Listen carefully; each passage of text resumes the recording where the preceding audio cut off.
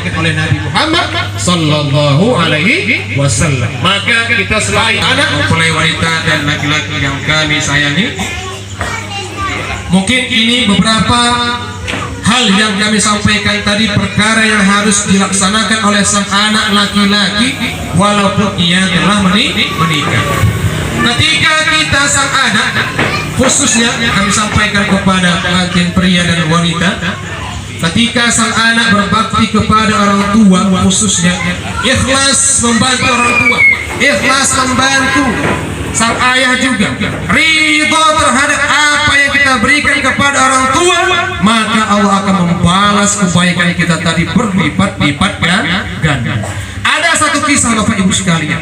Pada zaman Rasulullah sallallahu alaihi wasallam hidup seorang sahabat, seorang pemuda yang bernama Uwais Al-Qarni, seorang pemuda miskin yang juga sedang mengalami sakit kulit, penyakit kulit, yang tinggal di Yaman, di tepian Yaman. Yaman ini terdapat di Afrika saja, daerah Tarim. Yaman itu negara Ustaz. Negara kata Ustaz kita dari Pak Sekdes. Di Yaman hiduplah seorang pemuda yang bernama Uwais Al-Qarni, yang dimana beliau sangat miskin. Ibunya sedang mengalami sakit lumpuh. Suatu ketika Uwais Al-Qarni ingin menyampaikan rasa kerinduannya kepada sang Nabi Muhammad sallallahu alaihi wasallam. Maka saat itulah Uwais Al-Qarni meminta izin kepada ibu. Ibu, kira-kira seperti ini, saya meminta izin ingin bertemu Rasulullah sallallahu alaihi wasallam karena saya sangat rindu kepada beliau. Kemudian sang ibu langsung mengizinkan Uwais Al-Qarni, sang pemuda tersebut, untuk menjumpai Rasulullah sallallahu alaihi wasallam di rumahnya. Yaman menjumpai Nabi Muhammad sallallahu alaihi wasallam ke rumah beliau sangat jauh perjalanannya. Ketika Uwais Al-Qarni, sang pemuda miskin tersebut, sampai ke kediaman Nabi Muhammad sallallahu alaihi wasallam, namun disayangkan beliau tak berjumpa dengan Nabi Muhammad sallallahu alaihi wasallam. Kenapa? Karena ternyata Nabi Muhammad sallallahu alaihi wasallam sedang keluar memimpin perperangan. Maka ketika Uwais Al-Qarni ingin berangkat menjumpai Rasulullah sallallahu alaihi wasallam, sang ibu juga sudah menyampaikan wasiat kepada anak Uwais Al-Qarni. Ketika engkau telah menjumpai sang Nabi Muhammad sallallahu alaihi wasallam, langsunglah kembali ke rumah karena ibu sedang sakit-sakitan. Ketika Uwais Al-Qarni sampai ke kediaman Muhammad sallallahu alaihi wasallam, tak berjumpa dengan beliau, maka beliau menyampaikan kepada sang istri Siti Aisyah radhiyallahu anha tentang kerinduan sang pemuda tadi kepada Nabi Muhammad sallallahu alaihi wasallam.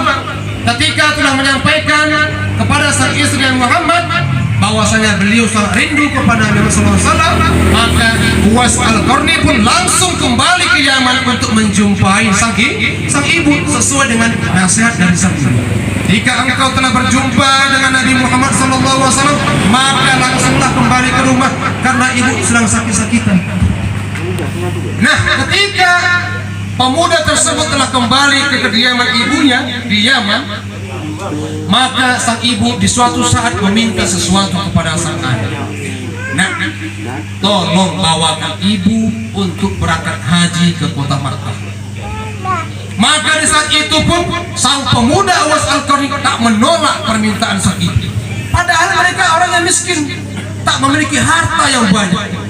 Dengan usaha dan upaya sang anak tadi, Uwais Al-Qarni langsung menggendong sang ibu, mengendong sang ibu dari Yaman sampai ke Makkah untuk berziarah sekaligus untuk melaksanakan haji ke Baitullah. Bagaimana sang anak tidak sakit sebenarnya untuk menggendong sang ibu ke Makkah? Namun dengan rasa ridhonya anak tadi, ikhlas membantu ibunya, berbakti kepada ibunya, apapun yang diminta oleh ibu akan ia kabulkan, walaupun sampai nyawanya sekali. Karena menggendong sang ibu sampai ke kota Makkah itu taruhannya nyawa, menggendong. Sedangkan kita menggendong anak kecil saja dari sini Sukomakmur ke Subuh Salam udah ngos-ngosan. apalagi dari zaman negara ke negara lain. Bagaimana jaraknya? Pasti sangat jauh. Namun karena keikhlasan sang anak Uwais Al-Qarni membantu sang ibu berbakti kepada ibunya, maka saat itulah walaupun Nabi Muhammad SAW tak berjumpa dengan sang pemuda tersebut, namun nama Uwais Al-Qarni dikenang oleh Nabi Muhammad SAW sampai nama beliau pun terkenal di langit. Di bumi tak terkenal. Uwais Al-Qarni seorang pemuda yang miskin, yang sakit-sakitan juga karena sedang mengalami sakit kulit. Tak ada yang kenal dengan beliau. Namun Nabi Muhammad sangat mengenal beliau walaupun tak pernah berjumpa. Sampai sahabat ketika berkumpul dengan Nabi Muhammad SAW, Rasulullah SAW bersabda kepada sahabat, jika kalian berjumpa dengan pemuda itu Uwais Al-Qarni, maka mintalah doa kepadanya dan mintalah istighfar kepadanya, maka Allah akan mengijabah doa kalian, mengijabah doanya, karena dia bukanlah makhluk bumi biasa, karena dia adalah makhluk langit. Kenapa? Malaikat pun mengenal dia, sedangkan manusia yang tidak mengenal dia. Namun malaikat, bahkan langit pun, masyarakat di langit, malaikat mengenal Uwais Al-Qarni. Kenapa? Karena baktinya kepada sang ibu. Begitulah kemuliaan sang ibu ketika sang anak berbakti kepada orang tuanya, maka anak tersebut pun akan dimuliakan oleh Allah Subhanahu wa taala, bukan hanya di bumi, bahkan sampai di langit sekalipun. Malaikat pun akan selalu menjunjung, memuliakannya, mendoakannya.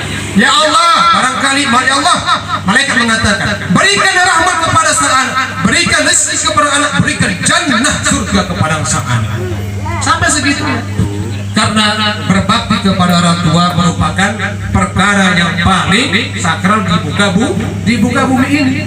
Ketika kita hidup di dunia ini, maka ada beberapa kewajiban kita. Termasuk ketika seorang anak ini menjadi anak yang soleh, ada beberapa perkara yang harus dia kerjakan, harus dia laksanakan. Pertama, ketika kita ingin menjadi anak soleh dan solihah, yang pertama kita harus cinta. Cinta yang pertama kira-kira kepada siapa, Bapak Ibu sekalian? Kita hidup di bumi ini, cinta pertama kita kepada siapa kira-kira? Kepada Allah. Ada 4 cinta. Yang pertama, cinta kepada Allah Subhanahu wa ta'ala. Cinta kepada Allah dengan cara mentaati segala perintah Allah Subhanahu wa ta'ala dan menjauhi segala larangan. Maka ketika kita telah melaksanakan hal pertama, maka kita insya Allah bisa menjadi anak yang solehah. Namun harus mengerjakan perkara yang kedua. Apa? Cinta juga. Cinta kepada Rasulullah. Dengan cara apa? Selalulah kita bersolawat kepada Nabi Muhammad Sallallahu Alaihi Wasallam, juga melaksanakan perintahnya dan menjauhi segala larangan yang telah disampaikan oleh Nabi Muhammad Sallallahu Alaihi Wasallam. Ketiga adalah cinta juga, namun cintanya kepada Al-Quran. Cinta yang pertama kepada Allah, cinta kedua kepada Rasulullah Muhammad Sallallahu Alaihi Wasallam, cinta yang ketiga kepada Al-Quran. Ini adalah cinta yang ketiga yang harus kita laksanakan. Cinta kepada Al-Quran berarti kita harus sering membaca Al-Quran, sering mentadabburi Al-Quran, mengamalkan isi Al-Quran. Maka barangkali kita pada hari ini sekalian, mungkin kita sudah beberapa hari lalu mungkin atau beberapa minggu lalu kita hampir lalai membaca Al-Quran. Maka mari giatkan kembali membaca Al-Quran. Semoga dengan cara itu kita menjadi anak-anak yang soleh. Nah, perkara yang keempat, cinta juga adalah cinta kepada orang tua. Maka cinta yang empat tadi ketika telah kita laksanakan, maka insya Allah kita akan dicap menjadi anak yang soleh. Tetap ada juga yang keempat, cinta kepada orang tua. Memang perkara orang tua ini tak ada bandingannya. Di perkara apapun masih akan ada tercantum kepada orang tua. Maka cinta kepada orang tua dengan cara ada yang kami sampaikan tadi, berbakti kepada orang tua, merawat orang tua, memberi nafkah kepada orang tua ketika kita sudah mencukupi nafkah kita di keluarga. Maka cinta yang keempat, cinta kepada orang tua. Maka ketika keempat tersebut telah kita kerjakan, telah kita laksanakan dalam kehidupan kita, maka kita akan menjadi anak yang soleh. Bapak-bapak, ibu-ibu, para undangan yang kami muliakan, inilah barangkali yang bisa kami sampaikan pada kesempatan malam ini. Sedikit banyaknya nasihat yang kami sampaikan, semoga ini bisa menjadi aktibat, menjadi nasihat dan motivasi kepada sang mempelai laki-laki dan perempuan, dan khususnya kepada kita kaum bapak dan ibu sekalian. Juga anak-anak juga banyak berhadir. Semoga pesan-pesan yang kami sampaikan tadi bisa diingat oleh anak-anak pemuda-pemudi kita, dan kemudian nanti ketika beliau menikah bisa mengamalkan nasihat-nasihat yang kami sampaikan.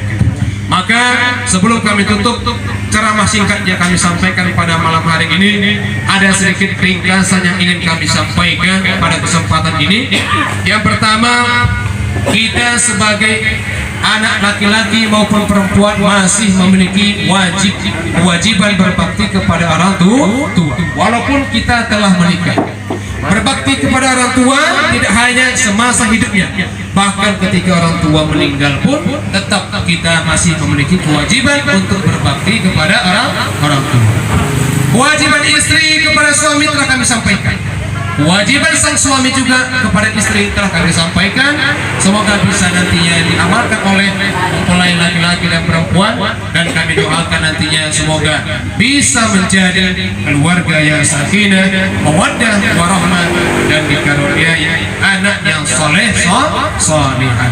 Dimudahkan rezekinya, dipanjangkan umurnya, diberi keberkahan dalam keluarganya, sehingga bisa menjadi contoh bagi keluarga besar. Dan berikutnya tadi ada kami sampaikan kisah Uwais Al-Qarni, seorang pemuda miskin yang sedang mengalami sakit kulit, yang sedang merawat sang ibu yang sakit-sakit. Maka itu bisa menjadi iktibar, menjadi nasihat bagi kita agar kita senantiasa tetap berbakti kepada orang tua. Ketika sakit, maka tetap harus kita berikan perhatian yang lebih agar sang ibu dan bapak kita tidak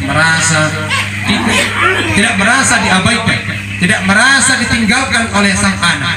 Maka dari itu kami sampaikan di kesempatan ini, mari kita sekalian, para bapak ibu sekalian, untuk sama-sama bisa meningkatkan rasa ibadah kita kepada Allah Subhanahu wa taala, dan juga rasa bakti kita kepada orang tua, agar kita bisa menjadi anak yang salihah. Mungkin ini yang bisa yang kami sampaikan. Lebih dan kurang kami mohon maaf apabila ada kesalahan silap kata kami atau tutur kata kami kepada tamu sekalian. Kami mohon diberikan kemaafan. Mungkin ini bisa kami sampaikan. Lebih dan kurang wabillahi taufik wal hidayah. Wassalamualaikum warahmatullahi wabarakatuh. Sebelum kita tutup acara kita pada